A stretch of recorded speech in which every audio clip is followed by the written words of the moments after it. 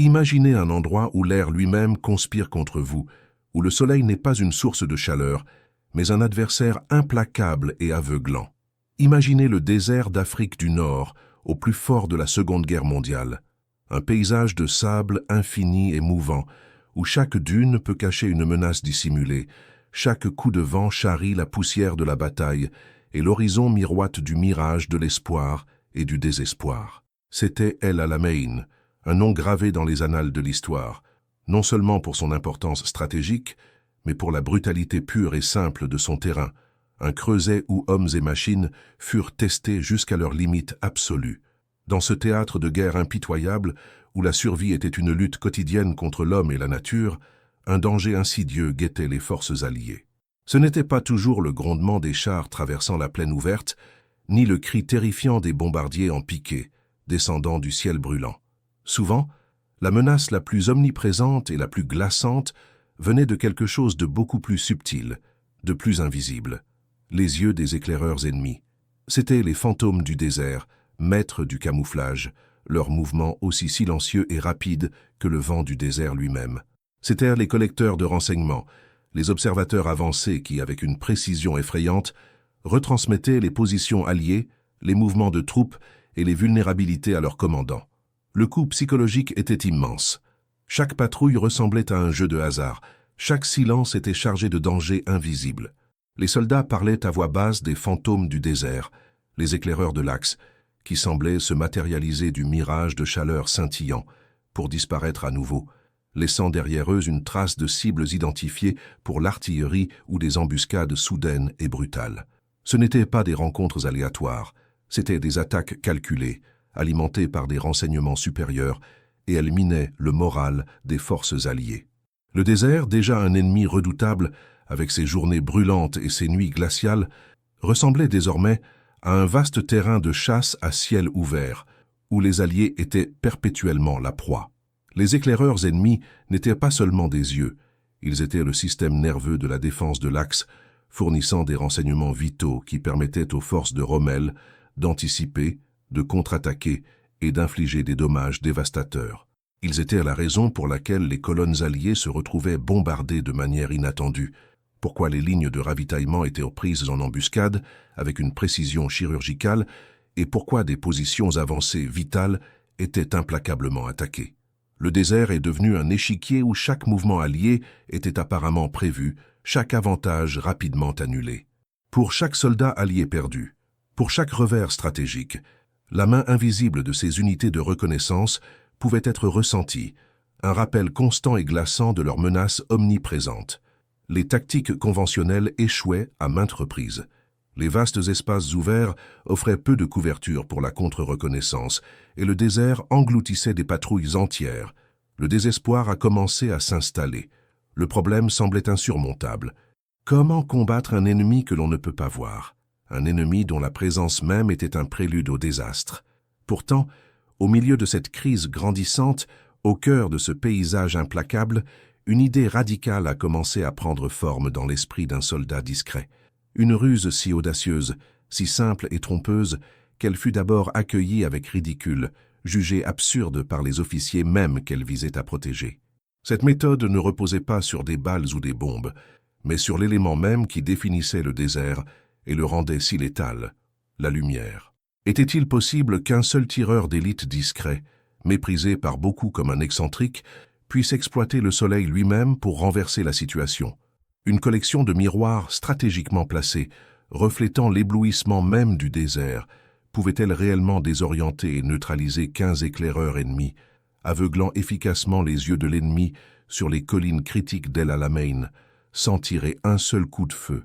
Voici l'histoire de la façon dont un acte de génie silencieux, né du désespoir et d'une pensée non conventionnelle, a transformé le champ de bataille et laissé une marque indélébile sur l'une des campagnes les plus cruciales de la Seconde Guerre mondiale, prouvant que la véritable innovation peut surgir des endroits les plus inattendus. Cet impact profond n'était pas un simple coup de chance. Il fut forgé dans le creuset de l'une des batailles les plus décisives de l'histoire, un affrontement qui allait déterminer le destin de l'Afrique du Nord et, sans doute, de tout le théâtre européen. Nous parlons bien sûr d'El Alamein, un nom qui résonne avec le désespoir et le triomphe final des forces alliées. Ce n'était pas juste un autre engagement, c'était le tournant du destin, comme Winston Churchill l'a si fameusement déclaré.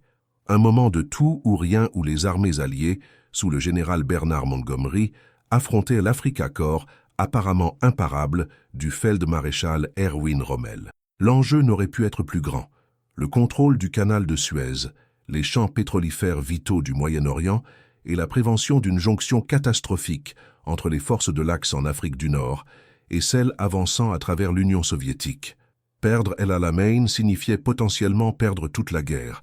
Le champ de bataille lui-même était un personnage de ce drame, une étendue vaste et implacable qui s'étirait sur des kilomètres. Imaginez des plaines interminables de sable cuit par le soleil, brisées seulement par des affleurements rocheux dispersés et une végétation clairsemée occasionnelle.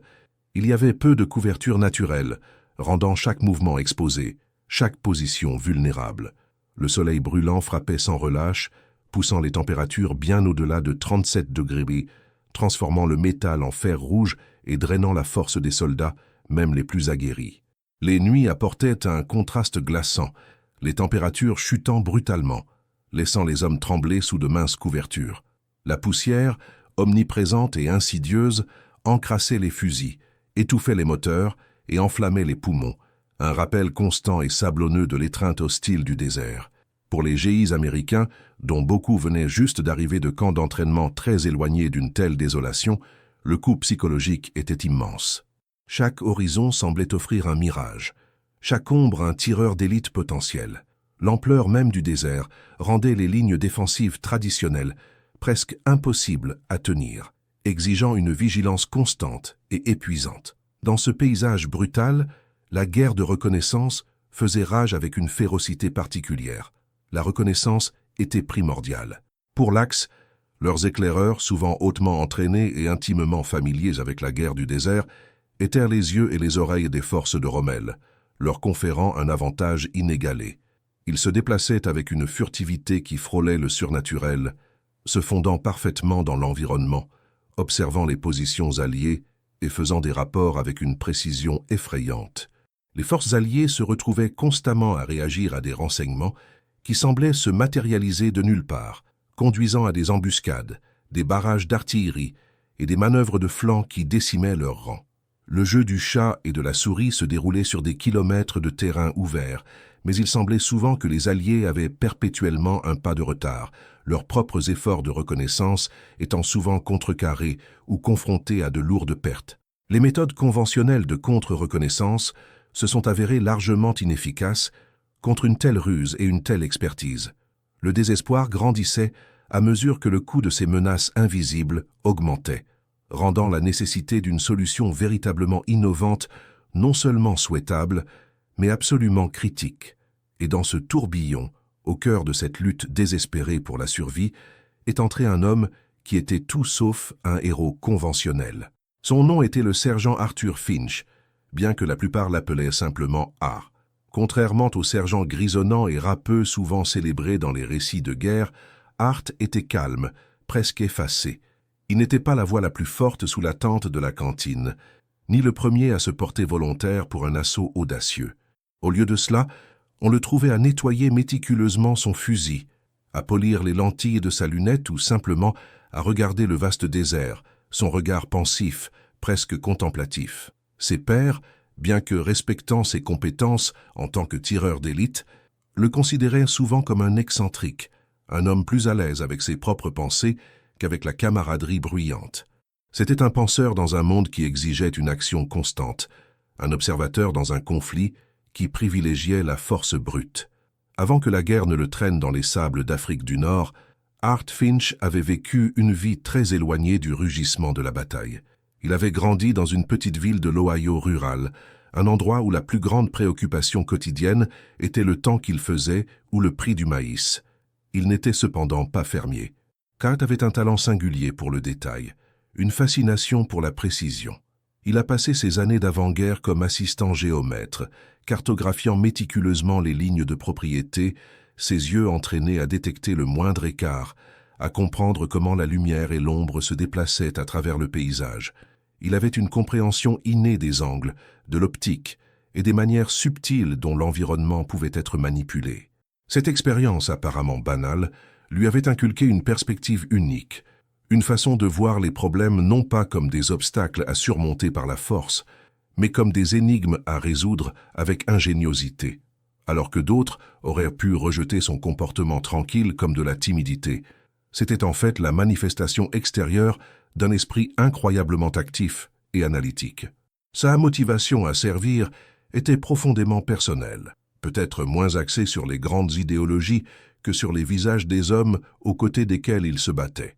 Il voyait les pertes croissantes, la fatigue gravée sur chaque visage, l'anxiété constante causée par les éclaireurs ennemis invisibles. Il voyait des amis blessés ou tués, victimes de renseignements recueillis par un ennemi qui semblait posséder un sixième sens pour leurs mouvements. Art ne cherchait ni la gloire ni la reconnaissance.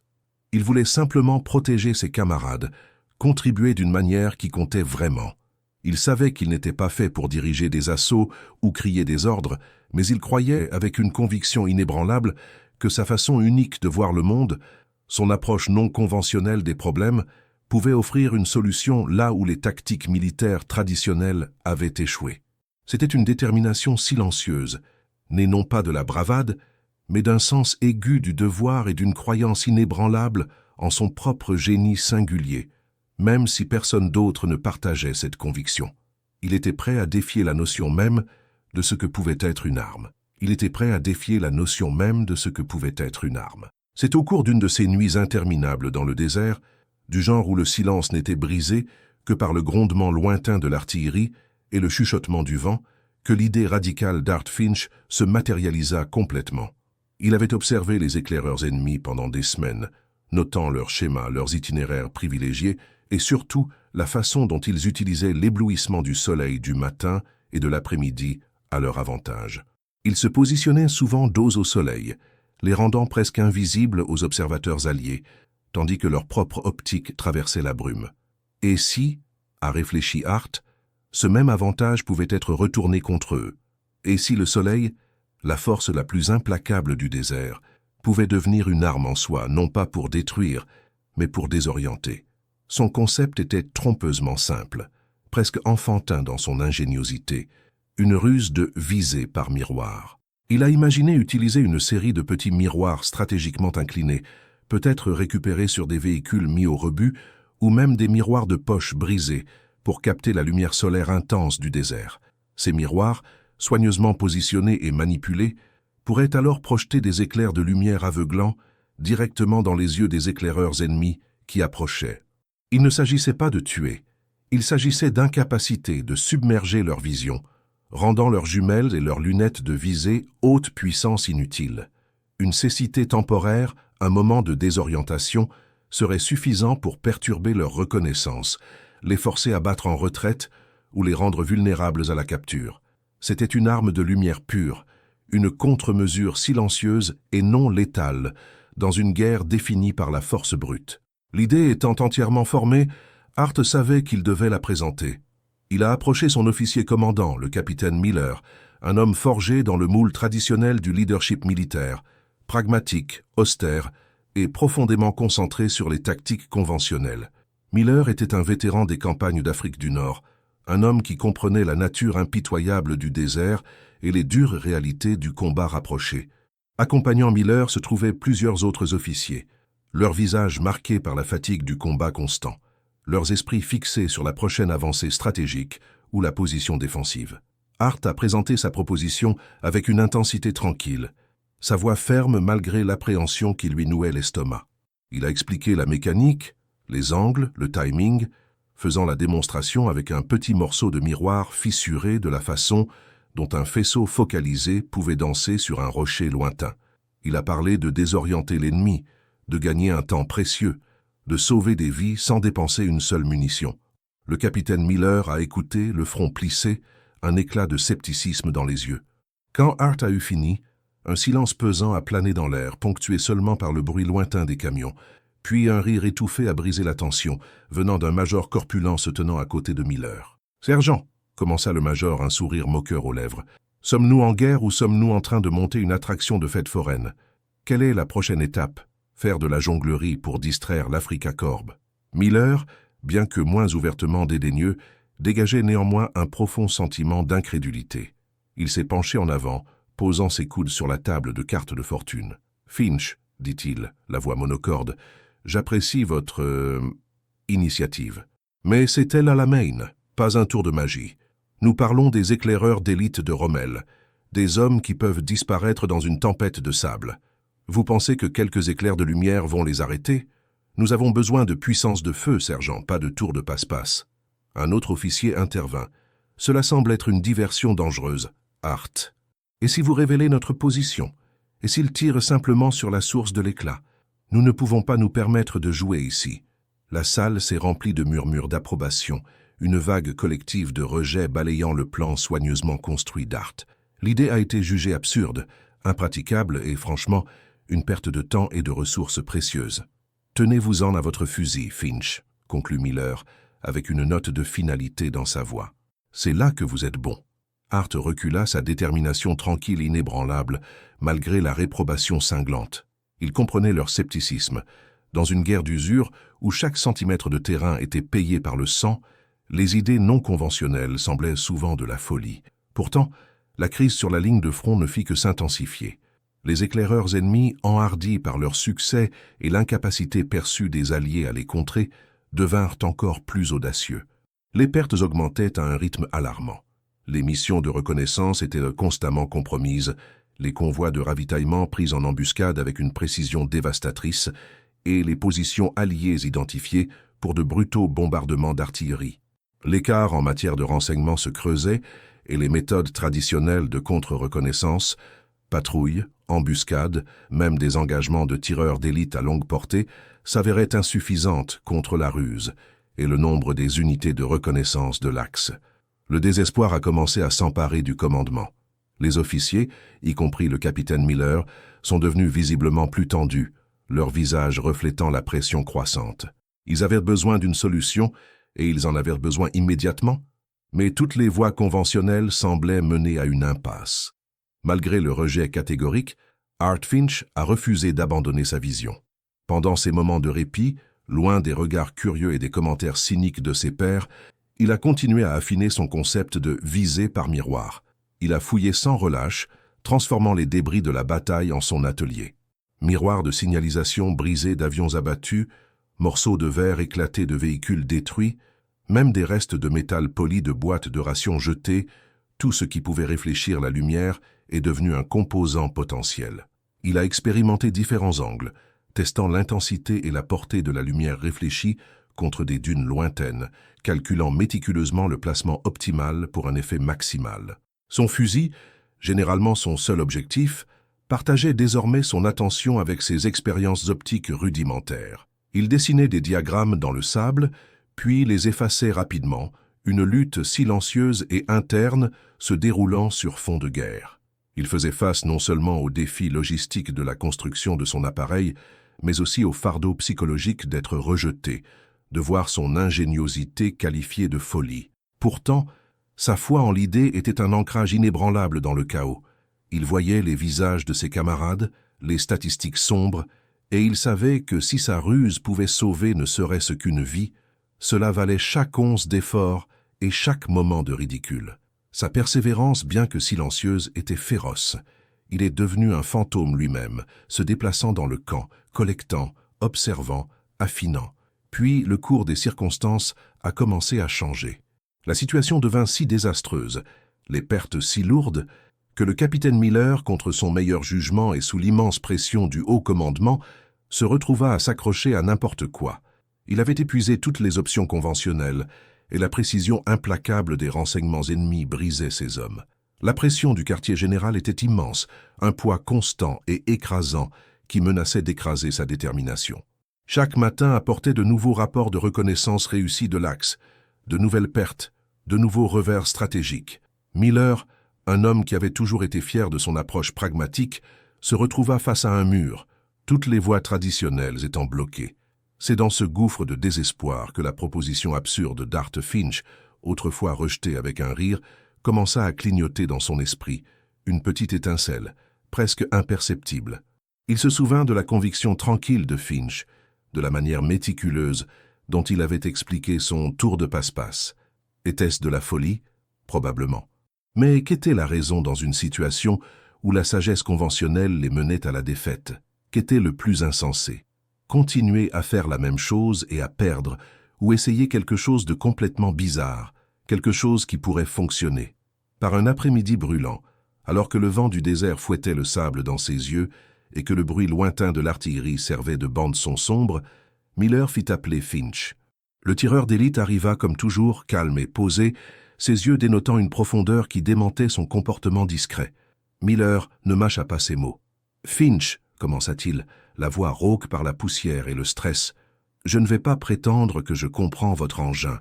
Et franchement, je pense toujours que c'est un coup de poker. Un très très long coup de poker. Mais nous sommes à court d'options. Mes hommes meurent parce que nous ne pouvons pas contrôler leurs éclaireurs. Alors vous avez une chance.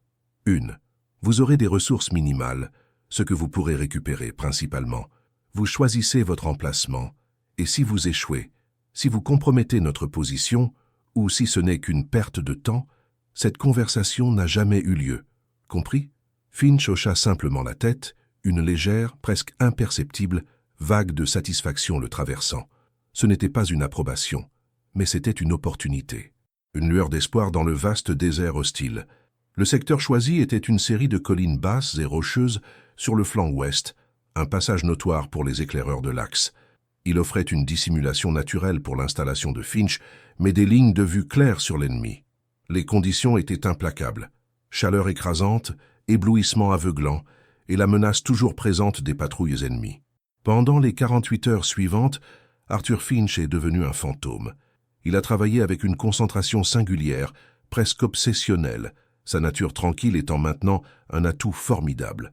Il se déplaçait avec la précision d'un horloger, plaçant méticuleusement ses miroirs récupérés. Certains n'étaient pas plus grands que la paume d'un soldat, d'autres étaient des éclats de rétroviseur d'une Jeep détruite, tous soigneusement nettoyés et polis jusqu'à un éclat vif.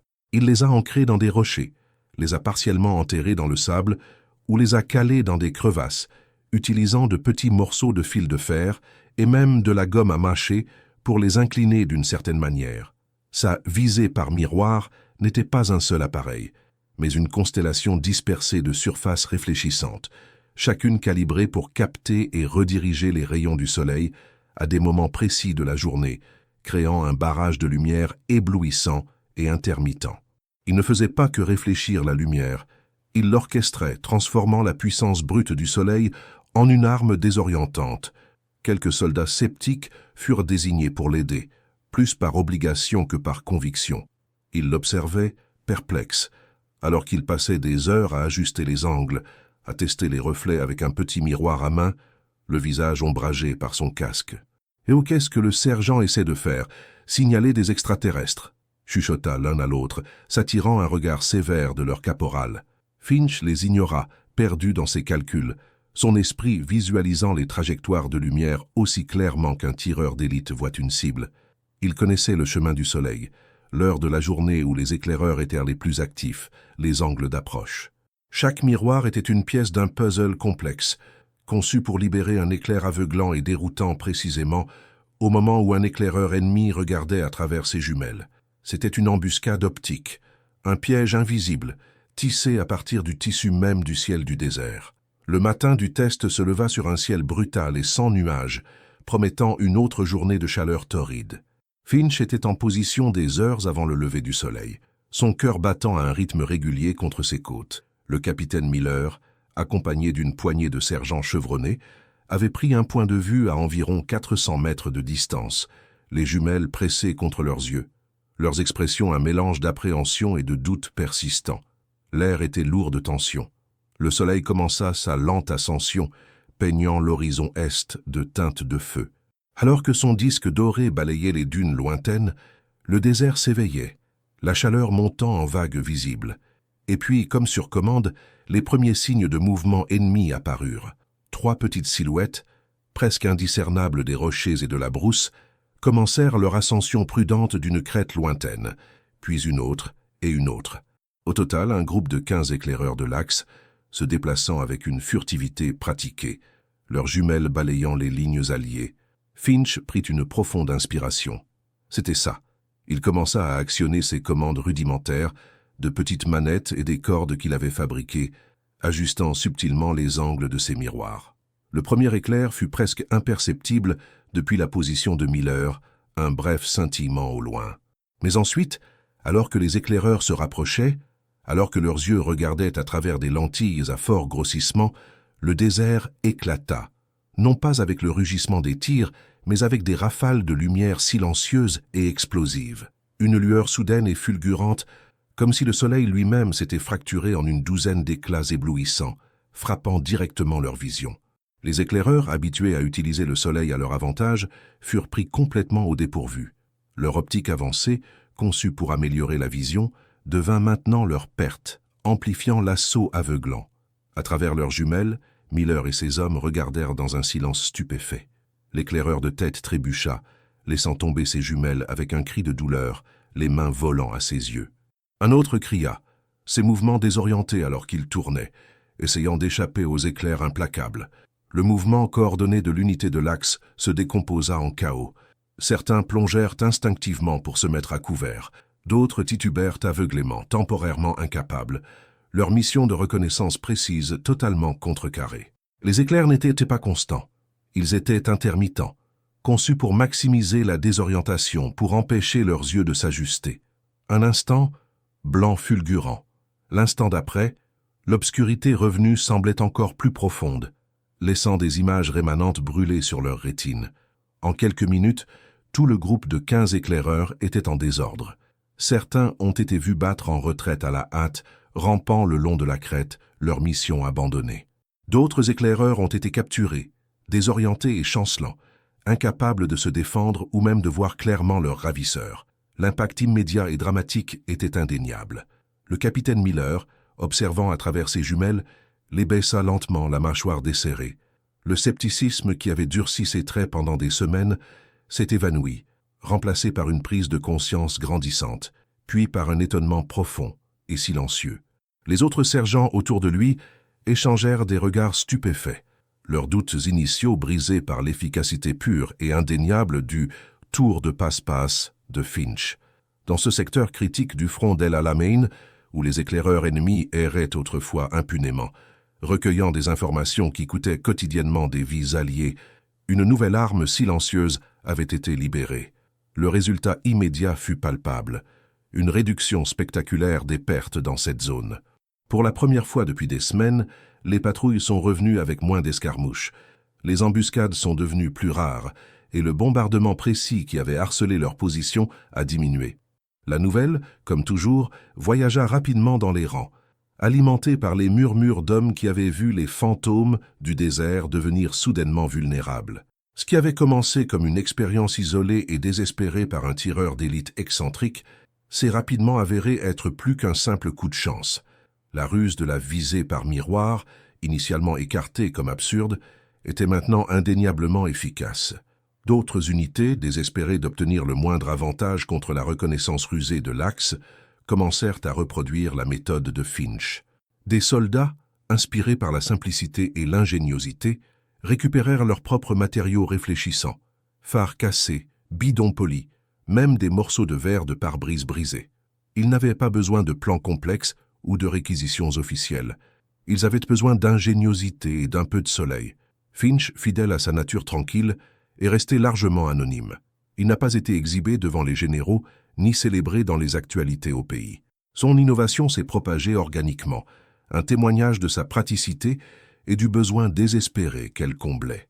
D'autres tireurs d'élite et observateurs avancés, voyant les résultats de première main, ont adapté ces techniques, créant leur propre constellation de lumière aveuglante. Ce n'était pas une opération militaire planifiée de manière centralisée, c'était une révolution de base, un soulèvement silencieux de l'ingéniosité contre un ennemi implacable. Cette simple innovation, née de l'observation tranquille et de la conviction inébranlable d'un homme, a fourni un avantage stratégique significatif, bien que localisé. Ce n'était pas le genre d'arme qui gagnait des batailles par la force écrasante, mais elle déplaçait subtilement l'équilibre. En aveuglant les yeux de l'ennemi, même temporairement, elle perturbait leur capacité à recueillir des renseignements critiques, les forçant à opérer avec moins d'informations et plus de prudence. Cette perturbation, multipliée dans plusieurs secteurs, a contribué au succès global des forces alliées à El Alamein. Elle a fait gagner un temps précieux, sauvé d'innombrables vies et permis aux commandants alliés d'exécuter leurs manœuvres avec un degré de surprise qui avait été impossible auparavant. Le sergent Arthur Finch, l'innovateur tranquille, est resté dans l'ombre, un contributeur silencieux à la victoire. Sa renommée personnelle fut minime, une note de bas de page dans le grand récit de la guerre, mais son impact fut profond. Il incarnait l'idée que le véritable génie œuvre souvent, non pas sous les projecteurs, mais dans les moments tranquilles de réflexion, nés d'une compréhension approfondie du problème et d'une approche non conventionnelle de sa solution. Il a prouvé que parfois, l'arme la plus efficace n'est pas la plus bruyante ou la plus destructrice, mais celle qui désarme les sens de l'ennemi, transformant son plus grand atout en sa plus grande vulnérabilité. L'histoire de Finch, bien qu'obscurcie par le fracas des batailles plus importantes, offre des leçons puissantes et durables qui résonnent bien au-delà des sables d'El Alamein. Premièrement, elle souligne l'importance cruciale de la persévérance face au scepticisme. Arthur Finch a été ridiculisé, son idée rejetée comme un tour de magie ou un tour de passe-passe. Pourtant, il n'a jamais vacillé dans sa conviction, continuant à affiner son concept en secret. Combien d'idées brillantes sont perdues parce que leurs créateurs abandonnent après la première vague de doute ou de rejet? Finch nous rappelle que la vraie conviction exige souvent de rester seul, de faire confiance à sa vision même quand personne d'autre ne le fait. Deuxièmement, son innovation met en évidence le pouvoir profond de la simplicité dans la complexité. Dans l'environnement brutal et à haut risque de la Seconde Guerre mondiale, où les ingénieurs développaient des armes de plus en plus complexes, la solution de Finch était élégante, directe, et dépendait de matériaux qui étaient littéralement des débris de guerre. Cela nous apprend que parfois, les défis les plus écrasants peuvent être surmontés non par la force brute ou une technologie élaborée, mais par une approche intelligente et directe qui exploite des éléments existants de manière inattendue. C'est un esprit classique américain de se débrouiller et de trouver des opportunités dans la pénurie. Troisièmement, la visée par miroir de Finch témoigne de l'innovation qui émerge de la nécessité. Il n'a pas été chargé de développer une nouvelle arme. Il a vu un problème critique, la menace implacable des éclaireurs ennemis, et a ressenti une motivation profonde et personnelle à protéger ses camarades. Le génie ne vient souvent pas d'un laboratoire, mais du front, né de circonstances désespérées et du besoin urgent de survivre et de protéger. C'est un puissant rappel que des idées novatrices peuvent venir de n'importe où, surtout de ceux qui font face aux problèmes de front. Enfin, l'histoire d'Arthur Finch plaide en faveur de la valeur de l'observation attentive. Il n'a pas seulement vu le soleil, il a compris comment l'ennemi l'utilisait et comment il pouvait être retourné contre eux. Il n'a pas seulement vu un problème, il a vu une énigme et il a méticuleusement assemblé une solution.